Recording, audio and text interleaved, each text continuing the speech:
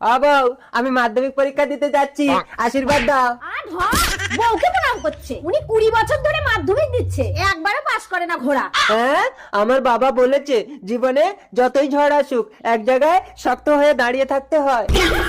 থাকো তুমি দাঁড়িয়ে, আমি চললাম বাপের বাড়ি।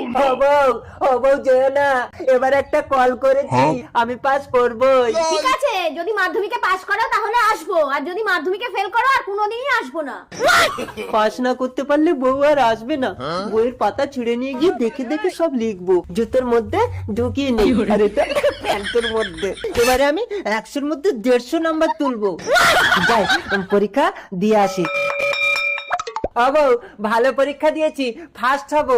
তুমি বাড়ি চলো। কি পরীক্ষা দিয়েছো? বাংলা। এই তো, এই টুকলি দেখে আমি সব লিখেছি। বাংলা পরীক্ষায় ভূগোলের টুকলি লিখে এসেছো?